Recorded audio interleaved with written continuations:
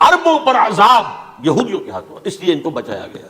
اب اس میں بڑی تلخ بات آپ سے کہہ رہا ہوں، یہ آپ کے لیے قبول کرنا آسان نہیں، حلق سے نیچے اٹھنے کی مشکل سے، کہ عقلی طور پر رسول نہ مغلوب ہو سکتا ہے نہ قتل ہو سکتا ہے۔ ہمارا عقیدہ ہے ماں صلبوہ وما قتلوہ۔ لیکن یہ کہ اگر یہودی، اگر جو قادیانی مانتے ہیں سولی چڑھ گئے تو سلیب تو ہو گئی، قرآن کی نفی تو ہو گئی، ہاں مرا نہیں، یہ دوسری بات ہے۔ دوسری بات یہ ہے کہ رسولوں کے باب میں اللہ کا قانون کیا ہے۔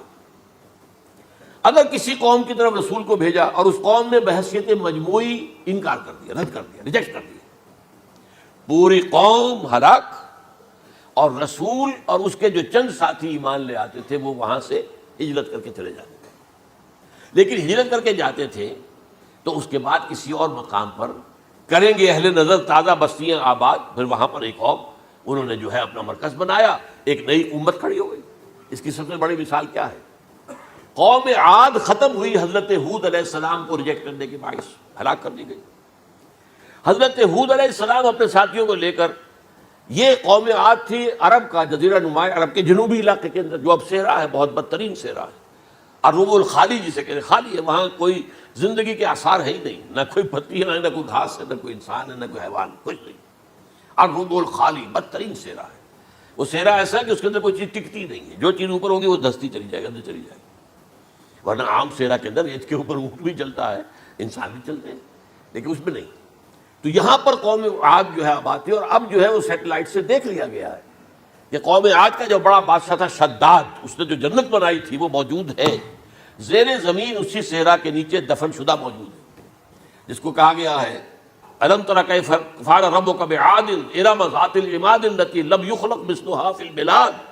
ایسے ایسے ستونوں والا جیسے پہلے کبھی پہلے دنیا میں بنے ہی نہیں تھے، وہ قوم عاد تھی، بڑی زبردست قوم تھی، قوم جبارین، لیکن یہ کہ اس کے بعد ہلاک ہو گئی۔ اب حضرت ہود اپنے مسلمان ساتھیوں کو لے کر نکل گئے جزیرہ نما عرب کے مغربی کونے میں جا کر، شمال مغربی کونے میں آباد ہو گئے، وہاں ایک نئی قوم پیدا ہوئی، سمود۔ اب یہ اسلامی بستی بن گئی، لیکن اس کے اندر بھی پھر بعد میں زوال آیا، پھر وہاں نبی بھی آئے، لیکن اس کے بعد یہ کہ آخری رسول بھیجے گئے حضرت صالح، اور وہ بھی ہلاک ہوئے کیونکہ حضرت صالح کو انہوں نے رد کر دیا۔ تو یہ میں نے مثال دی ہے آپ کو کہ رسول جو ہے وہ وہاں سے اگر ہجرت کرتا ہے تو ہجرت کر کے وہ یہ نہیں جان بچا کے جا کے گمنامی میں کہیں مر گیا، وہ تو جا کر اپنے ساتھیوں کو لے کر جائے گا، اور جا کر جو ہے وہاں پر جو ہے ایک نئی جگہ پر آباد ہوگا، ایک نئی تہذیب ابھرے گی۔ تو یہ تو نہیں ہوا، یہ گمنام ہو کر آ کر کشمیر میں مر گیا تو اس کی کیا حیثیت ہوئی؟ حضرت عیسیٰ علیہ السلام یا تو اگر ہجرت کرتے، یا جب انہیں معلوم ہو گیا تھا کہ میرے قتل کا فتویٰ ہو گیا ہے، تو آپ وہاں سے ہجرت کر سکتے تھے، لیکن اپنے ساتھیوں کو تو لے کر جاتے نا، اپنے حواریین کو لے کر جاتے، اور کہتے ہیں 12 حواریین کے علاوہ اور بھی کوئی 70 کے قریب لوگ تھے جو ان پر ایمان لائے تھے، ان کو لے کر جاتے، کسی جگہ جا کر آپ آباد ہوتے، وہاں ایک نئی جو ہے بستی بنتی، وہاں مسلمانوں کی ایک آبادی ہوتی۔ تو ان میں سے تو کوئی شے بھی نہیں ہوئی، بات ہی ختم ہو گئی۔ لہذا عقلی طور پر بھی یہ بات ثابت نہیں ہو سکتی، خلاف عقل ہے، قرآن کے اصولوں کے خلاف ہے کہ وہ پھولی چڑھے ہوں لیکن مرے نہ ہوں، پھر اتر گئے تو مرم پٹی کر دی۔ اچھا، کیا رومنوں کو اور یہودیوں کو پتہ نہیں چلا کہ مریم پٹی ہو رہی ہے اس کی اور عیسیٰ مرا نہیں ہے؟ اگر ان کو پتہ چل جاتا تو کیا وہ چھوڑ دیتے؟ اب مرہم پٹی کے بغیر تو 12 جو شخص سولی پر لٹکا رہا ہے وہ تو تقریباً مردہ ہی ہوتا ہے نا۔ وہ چلیے ہو سکتا ہے کہ کوئی ایسا امکان ہو کہ اس کی نبض ابھی چل رہی ہو اور وہ اتار لیا جائے اور مرہم پٹی کر لی جائے تو بچ جائے، لیکن یہ کہ پھر اس کے بعد وہ اگر وہاں سے ہجرت کرتے تو وہاں سے وہ اپنے حواریین کو لے کر جاتے اور کسی نئی جگہ پر جا کر آباد ہوتے۔ ان دونوں اعتبارات سے یہ بات ناقابل قبول ہے، ناقابل یقین ہے۔ لیکن اسی مسئلے کو لے کر انہوں نے، جو جیسا کہ میں نے بتایا تھا، وفات ہو گئی، کیسے ہو سکتا ہے؟ ہمارے نبی جو سید المرسلین ہے وہ تو زیر زمین دفن ہو گئے اور یہ جو آسمان پر اٹھا لیے گئے، یہ کیسے ہو سکتا ہے؟ بس اس کے اوپر عام لوگ جو ہیں وہ متاثر ہوئے، اور خاص طور پر وہ سائنٹیفک مائنڈ جو بن گیا تھا، تو چونکہ سائنس کے اس خاکے کے اندر وہ بات فٹ نہیں بیٹھتی، لہذا ان لوگوں نے اس کو قبول کیا۔ اب یہ کہ یہ جو واحد استثناء ہوا ہے یہ کسی اور کے ساتھ نہیں ہوا۔ ویسے حضرت مسیح کی پوری شخصیت مستثنیٰ ہے، بن باپ کے تو کوئی اور رسول پیدا ہوا ہی نہیں، نہ نبی پیدا ہوا۔ پھر وہ معجزے جو حضرت مسیح کو ملے کسی نبی کو نہیں ملے۔ حضرت صالح کو ایک ہی معجزہ ملا تھا نا ایسا کہ لوگوں نے کہا کہ تم یہ اس چٹان میں سے ابھی ایک گابن اونٹنی برآمد کر کے دکھا دو، وہ دکھا دی گئی، پھر ہلاک کر دیے گئے۔ لیکن جو اور معجزے حضرت مسیح کو دکھائے ہیں وہ بچپن میں بولے ہیں، گود میں تھے یا پگوڑے میں تھے، بولے ہیں انی عبد اللہ آتانی الکتاب وجعلنی نبیا۔ یہ بات نہ ہوتی تو حضرت مریم کے کیا حشر کرتی قوم کہ تمہاری بغیر شادی کے یہ کہاں سے لے آئی ہو تم، یہ تو ولد الزنا ہے۔ تو یہ سارا معاملہ جو ہے حضرت عیسیٰ بولے ہیں وہاں پہ، خود وہ بچہ بولا ہے۔ اب اس کے بعد بولنے کی لوگوں کے اندر کیا گنجائش تھی؟ زندہ کو مردہ کر دینا، ثم بإذن اللہ، مردہ زندہ ہو گیا۔ اور تخلیق حیات، ایک پرندہ بنانا گارے کا، پھونک مارنا اور اڑتا ہوا پرندہ بن جائے، ایک کوڑی کے جسم پر ہاتھ پھیرنا اور کوڑ ختم، ایک مادرزاد اندھے کی آنکھوں پر ہاتھ پھیرنا اور بینائی آ گئی۔ یہ سارے معجزات مستثنا شخصیت ہے۔ ان کا یہ استثناء کیوں کیا گیا؟ یہ بڑی تلخ بات ہے، یہ یاد کر لیجیے، کیونکہ یا تو قوم اسی وقت ہلاک کر دی جاتی جیسا کہ ہوا قوم نوح، قوم ہود، قوم عاد، قوم سمود، قوم شعیب، یہ ہوا کہ نہیں ہوا؟ اور سدوم اور عمورہ کی بستیاں جہاں حضرت لوط بھیجے گئے، اور آل فرعون جو ہلاک کیے گئے، یا تو پوری قوم ہلاک کی جاتی؟ نہیں، یہ یوں سمجھیے کہ اس پورے معاملے کو درمیان میں سے ایک وقفہ دے دیا گیا، حضرت عیسیٰ کو اٹھا لیا گیا اور حضرت عیسیٰ دوبارہ آئیں گے۔ یہ کیوں کیا گیا؟ اب اس میں بڑی تلخ بات آپ سے کہہ رہا ہوں، یہ آپ کے لیے قبول کرنا آسان نہیں، حلق سے نیچے اترے گی مشکل سے۔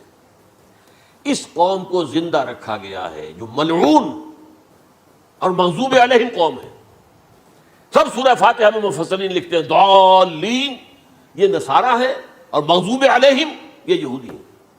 اور قرآن کہتا ہے لعن الذین کفروا من اہل الکتاب علی لسان داؤد عیسی ابن مریم، لعنت کی گئی ایک ملعون اور مغضوب قوم کے ہاتھوں آخری امت محمد، اور اس کا بھی بہترین حصہ، اس پر عذاب ان کے ہاتھوں آئے گا۔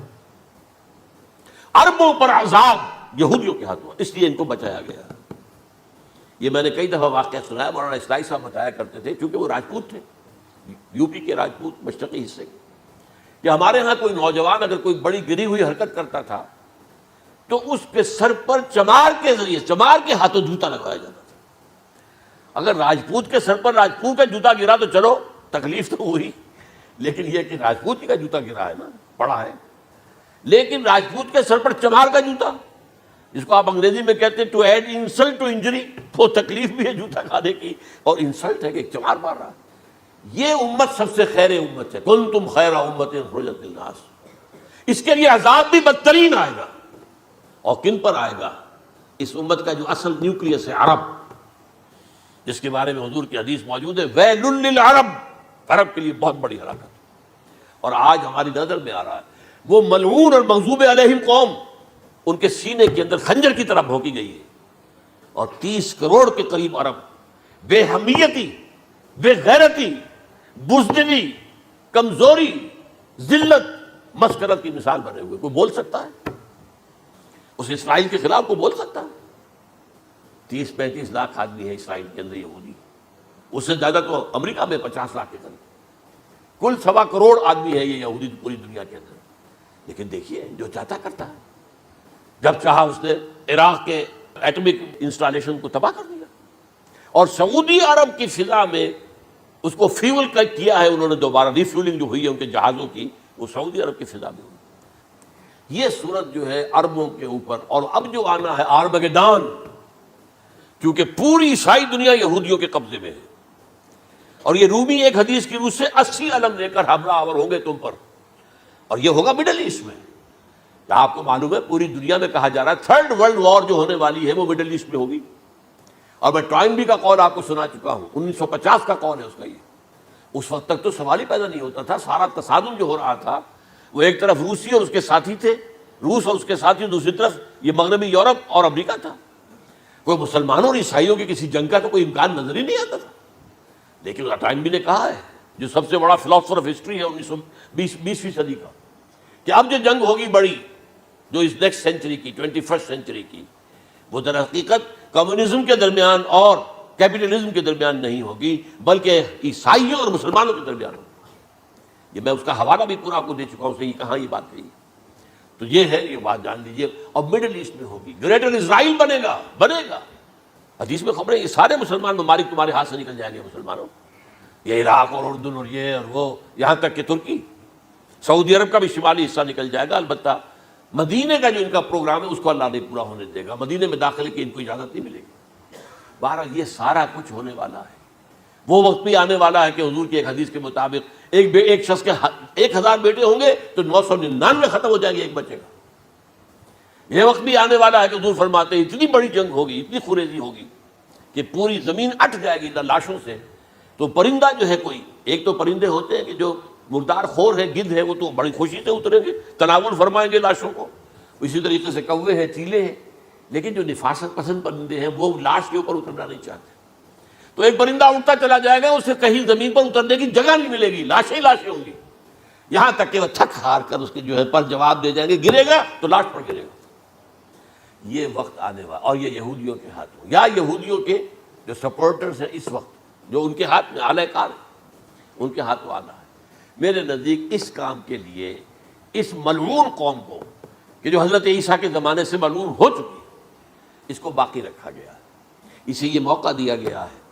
اس نے اسرائیل بنا لیا ہے، تقریباً 2000 سال کے بعد وہ دوبارہ آ کر آباد ہوئے اس سرزمین میں جہاں سے نکال دیے گئے تھے 70 عیسوی کے اندر۔ یہ سارا کچھ کیوں ہو رہا ہے؟ تو در حقیقت میرے نزدیک اللہ عالم حکمت خداوندی اس میں یہ ہے، انہیں روک کر رکھا گیا ہے اور حضرت عیسیٰ کو اٹھا لیا۔ پھر وہی عیسیٰ آئیں گے اور انہی کے ہاتھ میں یہ ہلاک ہوں گے، سوائے اس کے چونکہ جو ایک میں نے آپ کو کئی دفعہ حوالہ دیا ہے، فلاڈلفیا ٹرمپٹ ایک رسالہ نکلتا ہے پروٹیسٹنٹ عیسائیوں کا، انہوں نے یہ لکھا ہے، اس نے لکھا ہے ایک پرچے کے اندر کہ جب حضرت مسیح آگے اینٹی کرائسٹ ہوگا، وہ لکھا اس نے کہ وہ یہودی ہوگا، حالانکہ وہ پرو یہودی ہے۔ وہ جتنے بھی یہ جو کرسچن زائنسٹ ہیں، یہ تو یہودیوں سے بڑھ کر زائنسٹ ہیں، ان کے بڑے سپورٹر ہیں۔ تو لیکن اس نے لکھا ہے اینٹی کرائسٹ ول بی اے جیو۔ ابھی کچھ عرصے پہلے آپ کو یاد ہوگا نوسٹریڈیمس کا بڑا چرچا ہو گیا تھا، اس کی جو ہے وہ پیشن گوئیاں، اور یہ کہ ایک مسلمان ہوگا اینٹی کرائسٹ، اور صدام کے بارے میں اشارے کیے جا رہے تھے کہ وہ اینٹی کرائسٹ ہوگا وغیرہ وغیرہ۔ لیکن انہوں نے لکھا ہے کہ وہ اینٹی کرائسٹ یہودی ہوگا، اور اس نے لکھا 80% یہودی قتل ہو جائے گا۔ یہ میں نے ایک تعویل کی ہے اپنے ذہن میں کہ 20% شاید وہ ہو جو حضرت عیسیٰ کی جو سیکنڈ کمنگ ہے، آمد ثانی کے موقع پر ان پر ایمان لے آئیں اور وہ بچ جائیں۔ لیکن جو بھی حضرت عیسیٰ کا انکاری ہوگا وہ ختم کر دیا جائے گا، جیسے قوم نوح ختم ہوئی، قوم ہود ختم ہوئی، قوم عاد ختم ہوئی، قوم صالح ختم ہوئی، اسی طریقے سے۔ تو یہ قانون خداوندی پورا ہونا ہے۔ بس ایسے ہی ہے جیسے کسی کو پھانسی کا حکم تو ہو گیا ہو لیکن ابھی ایگزیکیوشن نہ ہوئی ہو، ہوتا ہے 2 سال 3 سال گزر جاتے ہیں کہ پھانسی کا حکم ہے لیکن یہ کہ اب وہ پھانسی نہیں ہو رہی ہے، وہ اپیلوں در اپیلوں معاملہ چل رہا ہے۔ یہ ہے میرے نزدیک واللہ عالم، اللہ تعالیٰ نے یہ کوڑا ان مسلمانوں کے لیے رکھا ہوا ہے کہ جن کے رتبے ہیں سوا، ان کی سوا مشکل ہے۔